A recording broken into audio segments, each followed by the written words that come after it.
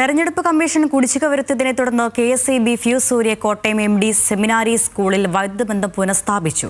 തെരഞ്ഞെടുപ്പ് കാലങ്ങളിൽ സ്ട്രോങ് റൂമായി ഉപയോഗിച്ച സ്കൂളിൽ 1.32 ലക്ഷം രൂപയാണ് കമ്മീഷൻ വൈദ്യുത കുടിശ്ശിക വരുത്തിയത്. സ്കൂളിലെത്തിയ തിരുവഞ്ചൂർ രാധാകൃഷ്ണൻ MLA വൈദ്യുത മന്ത്രിയുമായി ആശയവിനിമയം നടത്തിയതാണ് താൽക്കാലിക പരിഹാരമൊരുക്കിയത്. 2014-2019 വർഷങ്ങളിലെ പാർലമെന്റ് തെരഞ്ഞെടുപ്പുകളിൽ കോട്ടയത്തെ MD സ്കൂൾ ഓഡിറ്റോറിയമായിരുന്നു സ്ട്രോങ് റൂം. എന്നാൽ ഇതുവരെ ആ സമയത്തെ വൈദ്യുതി ചാർജ് അടയ്ക്കാൻ തെരഞ്ഞെടുപ്പ് കമ്മീഷൻ തയ്യാറായില്ല.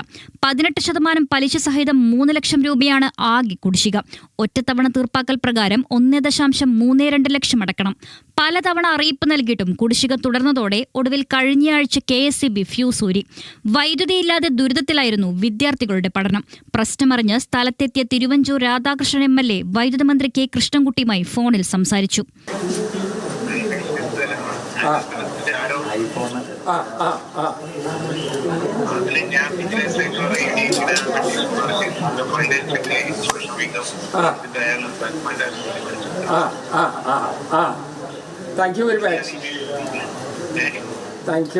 പിന്നാലെ KSEB ജീവനക്കാർ എത്തി സ്കൂളിലെ വൈദ്യുതി പുനഃസ്ഥാപിച്ചു.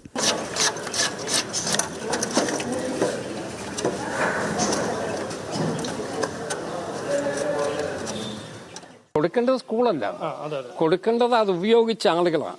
അത് ഉപയോഗിച്ചത് ഇലക്ഷൻ കമ്മീഷനാണ്. അപ്പൊ ഇലക്ഷൻ കമ്മീഷൻ പണം കൊടുക്കുക എന്നുള്ളതേ നടക്കത്തുള്ളൂ. അല്ലാണ്ട് സ്കൂളിന് അത് പണം കൊടുക്കാൻ പറ്റുമല്ലോ. സ്കൂൾ അതിന്റെ സൗകര്യം കൊടുത്തു, ഇവർക്ക് വാടക പോലും കൊടുത്തിട്ടുമില്ല. അപ്പോൾ വാടകയില്ലാതെ സ്കൂളിന്റെ സൗകര്യം വിട്ടുകൊടുത്തു. സ്കൂളിലുണ്ടായിരുന്ന ഇലക്ട്രിസിറ്റി അവരെടുത്തു, അതിന്റെ ചാർജ് അവർ കൊടുക്കണം. അതേസമയം പണമടക്കാനുള്ള കാര്യത്തിൽ KSEBക്ക് തെരഞ്ഞെടുപ്പ് കമ്മീഷന്റെ ഭാഗത്തുനിന്നും ഇതുവരെ മറുപടി ലഭിച്ചിട്ടില്ല.